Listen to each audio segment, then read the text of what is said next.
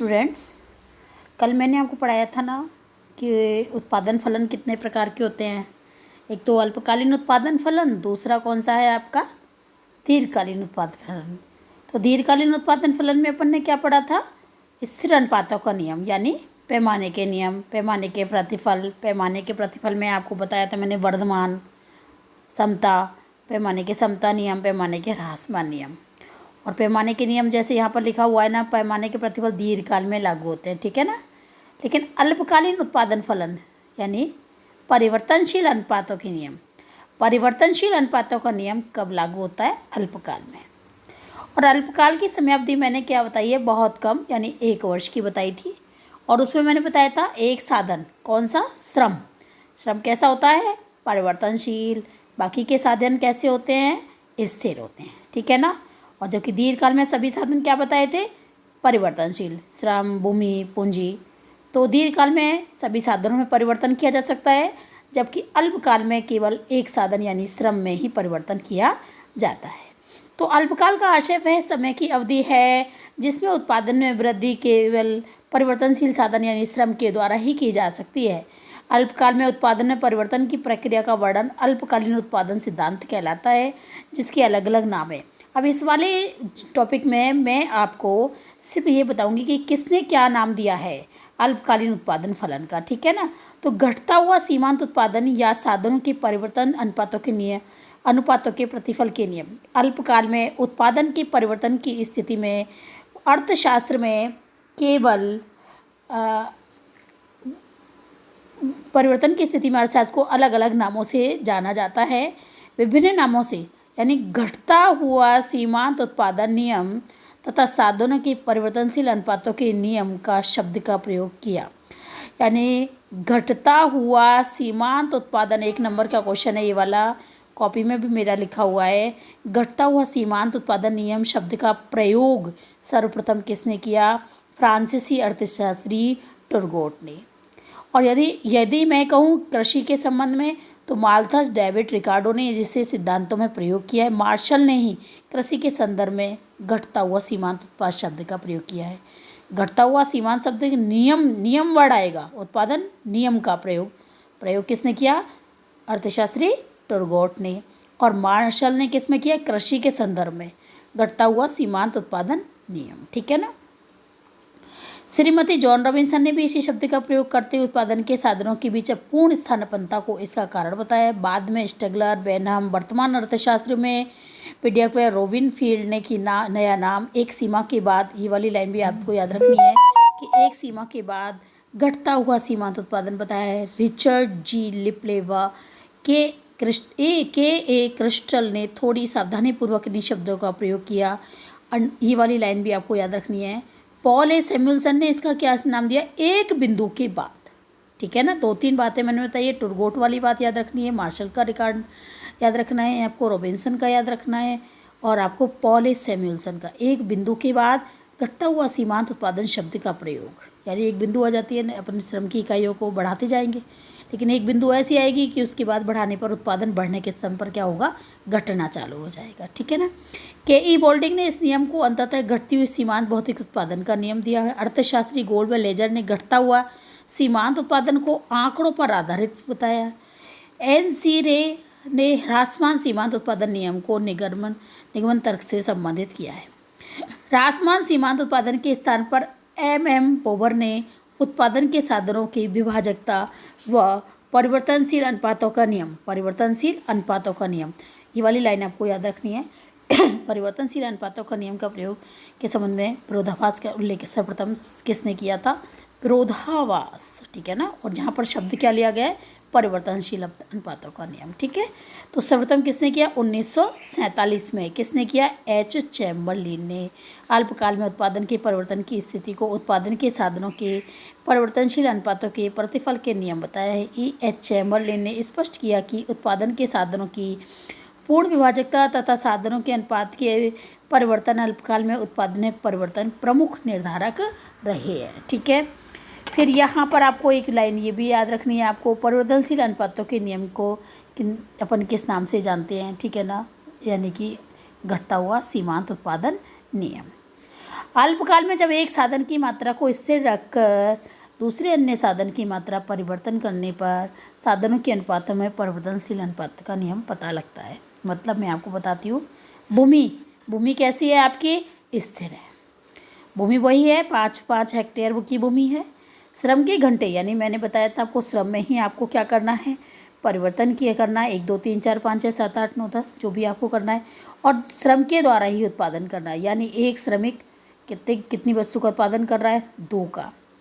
अब 2 श्रमिक हो गए तो कितने का उत्पादन हो रहा है, 6 का।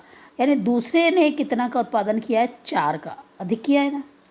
फिर 3 श्रमिक हो गए, कितने का उत्पादन हुआ है, 12 का। यानी तीसरे ने कितने का किया, 6 का किया।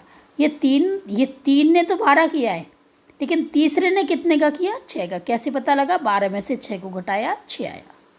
ऐसे दूसरे ने कितने का किया, इसमें से 6 में से 2 को उठाएंगे तब 4 आएगा, क्योंकि ये वर्ड है आपका कुल। यानी कि कुल कितना उत्पादन, और 3 व्यक्ति कितना उत्पादन कर रहे हैं, 12 इकाई का। लेकिन तीसरा व्यक्ति कितने का कर रहा है, 6 का, क्योंकि 12 में से 6 गए तो 6 बचे। अब देखो आप, चौथा व्यक्ति आ रहा है, यानी टोटल कितने हो गए, 4 हो गए। 4 उत्पादन कितने का कर रहे हैं, 18 इकाई का। लेकिन चौथे ने कितने का किया है, 18 में से 12 गए, 6 का। यहाँ स्थिरता नियम लागू हो गया, एक साथ हो रहा है ना। पहले वृद्धि नियम लागू हो गया, फिर स्थिरता का नियम लागू हो गया। अब 5 श्रमिक कितने का उत्पादन कर रहे हैं, 20 इकाई का। लेकिन 5वें ने कितने का किया, 2 का किया, घटना चालू हो गया। 6 श्रमिक कितने का कर रहे हैं, 20 का। लेकिन यहाँ पर छठवें ने कितने का किया, कोई उत्पादन नहीं किया। कैसे पता लगा, 20 में से 20 गए, 0 बचे। यानी 2 कुल उत्पादन हो रहा है, 2 इकाई, 6 इकाई, 12 इकाई, 18, 20 और फिर 20। 7 व्यक्ति जब हो जाते हैं तो 14 वस्तुओं का उत्पादन कर रहे हैं, लेकिन 7वें ने कुछ भी नहीं किया, उल्टा बातों में लगाए रखा। जो अपन सैलरी दे रहे हैं वो व्यर्थ जा रही है आपकी। आया ना समझ में। तो इस कुल उत्पादन, ये जो अब ये टॉपिक है ना, ये मैं आपको कल नए लेसन में पढ़ाऊँगी। आज अपना 6वां लेसन समाप्त हो जाएगा, ठीक है ना। इसमें थ्योरी के रूप में सिर्फ यही बताया गया है कि परिवर्तनशील अनुपातों को घटता हुआ सीमांत उत्पादन नियम के नाम से जानते हैं। इसकी अवस्थाएं क्या हैं, इन सब का वर्णन कैसे करना है, इनको कितने नामों से, किसने किस नाम से बताया, ये बारे में बताना है, ठीक है ना। तो इस थ्योरी से अपन को क्या पता लग रहा है, तो प्रारंभ में मैंने बताया कुल उत्पादन क्या हो रहा है, बढ़ रहा है, फिर स्थिर हो गया, फिर कुल उत्पादन क्या होने लगा, गिरने लगा है, ह्रासमान हो गया है। तो प्रारंभ में अल्पकालीन उत्पादन सिद्धांत के लिए घटता हुआ सीमांत उत्पादन नियम के नाम का प्रयोग किया जाता है। वर्तमान में इसके स्थान पर साधनों के परिवर्तनशील अनुपातों के प्रतिफल के नियम शब्द का प्रयोग किया गया है। इस उत्पादन सिद्धांत को केवल कब लागू किया गया है, अल्पकाल में। यानी परिवर्तनशील अनुपातों का नियम कब लागू होता है, अल्पकाल में। अल्पकालीन उत्पादन सिद्धांत की स्थिति में केवल परिवर्तनशील श्रम, मतलब अल्पकाल में जो लागू होता है वो कौन सा है, परिवर्तनशील अनुपातों का नियम। और परिवर्तनशील अनुपातों के नियम के अंतर्गत किसमें उत्पादन किया जाता है, केवल श्रम में, क्योंकि एक साधन श्रम होता है, बाकी के साधन कैसे होते हैं, श्रम कैसे होता है, परिवर्तनशील, और बाकी के साधन कैसे, स्थिर है। तो परिवर्तन करना है तो आपको किस में करना है, श्रम में करना है। इस उत्पादन सिद्धांत की स्थिति में उत्पादन साधनों के संयोजक अनुपात का बदलाव करना संभव है। अतः पैमाने के प्रतिफल की स्थिति में दोनों साधनों के अनुपात में परिवर्तन नहीं होता है, किंतु इसके ठीक विपरीत अल्पकालीन उत्पादन के साधनों की परिवर्तनशील अनुपातों के प्रतिफल के नियम की स्थिति में दोनों साधनों के अनुपात में परिवर्तन होता है, जिसे पूर्व में हम समझ चुके हैं, ठीक है ना। मतलब आपको मैंने बताया, पैमाने का अनुपातों का नियम बता दिया मैंने, और परिवर्तनशील अनुपातों का नियम, जो पूरी तरह से आप समझोगे परिवर्तनशील अनुपातों का नियम, वो मैं आपको कल बताऊँगी, ठीक है ना। परिव्यय खर्च के प्रतिफल, रिटर्न टू आउटलेस, यानी कि खर्चे के प्रतिफल कैसे कहते हैं, तो पैमाने के प्रतिफल की स्थिति में सभी साधनों में समान अनुपात या प्रतिशत से परिवर्तन करते हैं। बताया था ना स्थिर अनुपातों का नियम, कि साधनों में जो परिवर्तन होता है वो कैसा होता है, समान अनुपात में होता है। अलग अलग अनुपात या प्रतिशत, जैसे पूंजी को यदि 10%, जैसे मैंने बताया था ना आपको कि पैमाने का वर्धमान है तो उत्पादन की आगतों में वृद्धि कैसी हो रही है आपकी, कितने गुना हो रही है, तो उत्पादन में कितनी हो रही है। तो पूंजी को 10%, भूमि के क्षेत्रफल को 20% तथा श्रमिकों को 200% दोगुना करते हैं, 300% 3 गुना में परिवर्तन नहीं किया जाता, यानी कि उसमें नहीं होता, क्योंकि ज़्यादा खर्चा अपन नहीं कर सकते, उत्पादन ऐसे सोचा कि अपने लगाया कम बहुत ज़्यादा जो हो जाए, इसमें ये चीज़ बताई गई है। यानी अपने इस वाले लेसन के अंतर्गत केवल स्थिर अनुपातों का नियम बताया गया है। जब उत्पादन के साधनों को उन पर होने वाले परिव्यय जब खर्च को समान अथवा अलग अलग अनुपात या प्रतिशत से परिवर्तित करते हैं तो उसे परिव्यय खर्चे के प्रतिफल कहते हैं। मतलब स्थिर अनुपातों का नियम जो है लागू होगा जब है समान अनुपात में उत्पादन में परिवर्तन किया जाता है, तो उत्पादन में भी परिवर्तन कैसा होता है, समान अनुपात में होता है। तो उत्पादन के साधन पर परिव्यय खर्चे समान अनुपात या प्रतिशत से परिवर्तन होते हैं, ठीक है ना, समान अनुपात में, यानी स्थिर अनुपातों का नियम है। साधनों के संयोजक अनुपात में परिवर्तन और पैमाने के प्रतिफल रिटर्न व परिव्यय खर्चे के प्रतिफल में अंतर सिर्फ क्या है, आपका संयोजन अनुपात की स्थिति है, यानी पहले की स्थिति जो अपना जो स्थिर रहते हैं, किंतु परिव्यय खर्च के अनुपात रिटर्न टू आउटले में संयोजक अनुपात में परिवर्तन होता है। वैसे कोई ज़्यादा वैसा नहीं है, इसलिए दिमाग लगाने की कोई आवश्यकता नहीं है इतनी ज़्यादा। दीर्घकालीन उत्पादन फलन को निम्न रूप से 4 भागों में बांटा गया है, वही बताया था मैंने, पहले भी बताया हुआ है। उ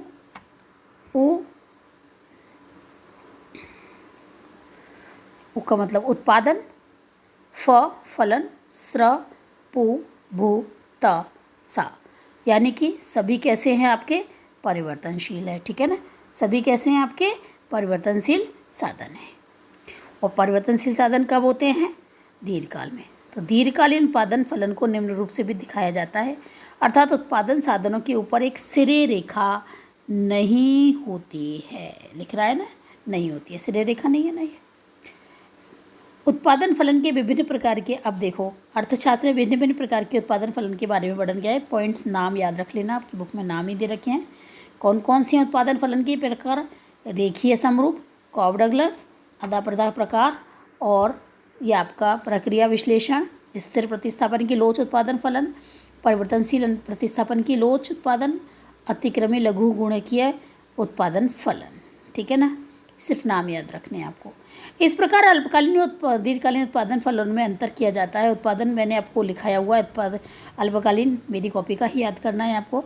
उत्पादन साधनों के परिवर्तन द्वारा उत्पादन की मात्रा में होने वाले परिवर्तन भी अलग अलग होते हैं। अल्पकालीन व दीर्घकालीन उत्पादन की मात्रा में होने वाले परिवर्तन को क्रमशः उत्पादन साधनों के परिवर्तनशील अनुपातों के प्रतिफल के नियम और दूसरा क्या है, पैमाने के नियम के रूप में कहते हैं, ठीक है। अब उत्पादन फलन का क्या महत्व है आपका, उत्पादन फलन का महत्व है, यद्यपि उत्पादन फलन का संबंध अर्थशास्त्र प्रत्यक्ष रूप से नहीं है, इसका संबंध अभियांत्रिकी से है, क्योंकि हम जो है कार्य करते हैं श्रम और मशीनों के द्वारा करते हैं ना, इसलिए इसका अपन का मतलब किससे होता है, अपना फलन अभियांत्रिकी यानी कि इंजीनियरिंग से है। किंतु अनुकूलतम उत्पादन से संबंधित निर्णय लेने में किसी भी वस्तु या सेवा की अलग अलग वैकल्पिक उत्पादन फलन की जानकारी आवश्यक होती है। उत्पादन फलन की तुलना द्वारा उचित निर्णय हेतु इसका ज्ञान व अवरोध आवश्यक माना जाता है। आज आपका ये लेसन समाप्त हो गया है, कल मैं दूसरा लेसन पढ़ाऊंगी। आप इसके बुक के क्वेश्चन वगैरह है पीछे के देख सकते हैं, नहीं आए तो आप मुझसे पूछ लेना, कल नेक्स्ट लेसन चालू हो जाएगा, ठीक है, ओके।